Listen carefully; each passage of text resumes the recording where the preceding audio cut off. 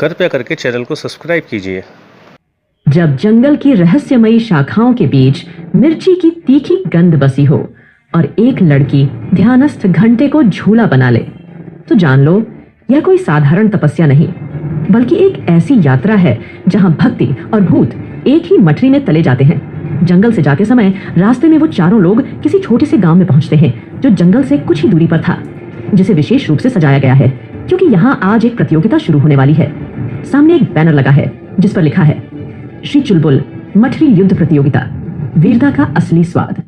चलते चलते यूसेन की नजर उस बैनर पर जाती है और वो रुक जाता है और वो उस बैनर का पढ़ते हुए बोलता है, लो भाई, ये फुलझड़ी की ये मठरी यहाँ भी आ गई।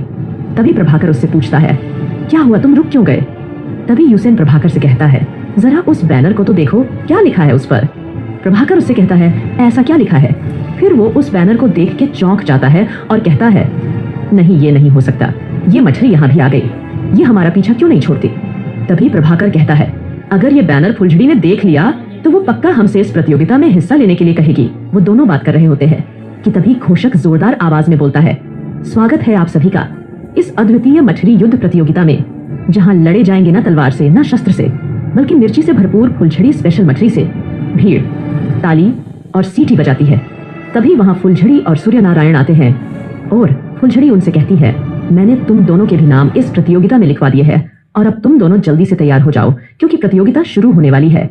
तभी यूसेन और प्रभाकर एक दूसरे की तरफ देखते हैं और एक एक करके फुलझड़ी से पूछते हैं।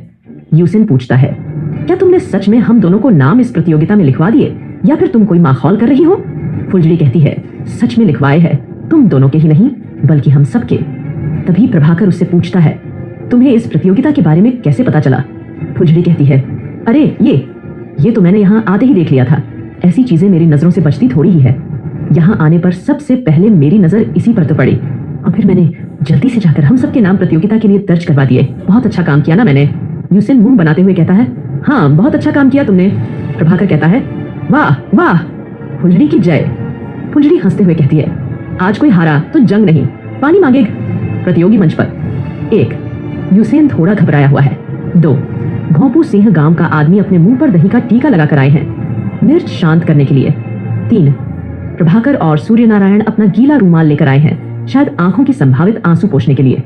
तभी घोषक बोलता है, पहली मछली फुलझड़ी स्पेशल लाल मिर्च मिश्रण से बनी अग्नि परीक्षा मछली, जो पहले हंसे या पानी मांगे वो हारा समझा जाएगा। फुलझड़ी हंसते हुए बोलती है, चलो वीरों, अब दिखाओ असली पराक्रम। चारों एक एक मछली उठाते हैं, सब एक साथ खाते हैं। यूसेन हल्का मुस्कुराकर होंठ भींचते हुए कहता है, बिल्कुल ठीक है, थोड़ी गर्म है पर वीर तो सहले। भोंपू सिंह सीधा उछलते हुए कहते हैं, अरे माता रानी, ये तो मेरी आत्मा को भी भून रही है। भीड़ ठहाके लगाती है और हंसती है। प्रभाकर रुमाल से पसीना पोंछते हुए कहता है, ये मछली। फुलझड़ी मंच से बोलती है, अभी तो भस्म मछली बाकी है, उसमें सूखी मिर्च के साथ भूत झोलकिया भी है। भोंपू सिंह बिना खाए ही पीछे हटते हैं और कहते हैं, मैं युद्ध के लिए हूँ, शौक के लिए नहीं, मुझे आज्ञा दो, मैं जीवनदान चाहता हूँ।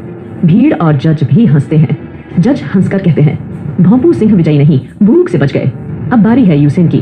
वो भस्म मछली को खाता है, हल्की आंखें लाल होती हैं पर वो कुछ नहीं कहता, धीरे से आंख बंद करता है।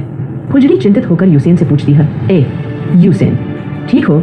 यूसेन धीरे से जवाब देते हुए कहता है, मैं ठीक हूँ, बस मेरी आत्मा हिमालय पर तपस्या कर रही है। घोषक द्वारा घोषणा होती है, मछली युद्ध का विजेता है यूसेन, जिन्होंने भूत मिर्च को भी परास्त कर दिया। भीड़ चिल्लाती है, जय हो मछली वीर की। यूसेन को मछली मुकुट पहनाया जाता है जिसमें छोटे मछली और लाल मिर्च के डिजाइन हैं। प्रभाकर मुस्कुराते हुए कहता है, यूसेन, अब युद्ध से पहले मछली खिलाओगे क्या दुश्मन को? यूसेन हंसकर कहता है, अगर दुश्मन भी ये खा ले तो हथियार नहीं दही मांगेगा। फुलझड़ी कहती है, अब से मैं हर सप्ताह एक नई भक्ति मछली बनाऊंगी, अगली बार हल्दी नमक। इसके बाद वो अपनी यात्रा फिर से शुरू कर देते हैं, जिस दौरान वो सभी एक स्थान पर रुकते हैं। घंटा नाद ध्यान और फुलझड़ी का भूत प्रयोग। स्थान जंगल का वो हिस्सा जहाँ एक टूटा हुआ मंदिर है, बेलों से ढका और सुनसान। समय रात का तीसरा पहर, आसमान में बादल और रह रहकर उल्लू की आवाज आ रही है। यूसेन ध्यान मुद्रा में बैठा है। प्रभाकर, सूर्य नारायण उसकी पीठ के पीछे बैठकर चुपचाप ओंकार जप रहे हैं और फुलझड़ी सामने एक टूटे घंटे को रस्सी से झूला बना चुकी है। फुलझड़ी घंटे पर झूलते हुए कहती है, देखो मैंने ये घंटा नाद ध्यान का नया तरीका निकाला है, जितना झूलो उतनी शांति। यूसेन आंखें खोलते हुए कहता है, ये ध्यान है या मेला? प्रभाकर गंभीर स्वर में बोलता है, बालिका, इस मंदिर में प्राचीन साधक ध्यान करते थे। वो इस घंटे को देखकर ही समाधि में चले जाते थे। फुलझड़ी पूछती है, समाधि में या चक्कर में? तभी घंटा जोर से गिरता है और एक छिपकली फुलझड़ी की पीठ पर गिरती है। फुलझड़ी चिल्लाकर बोलती है, माँ, कोई देवी जाग गई क्या? सूर्य नारायण हंसते हुए कहता है, देवी नहीं, पर जंगल के सारे जीव अब जरूर जाग गए हैं। अगला दिन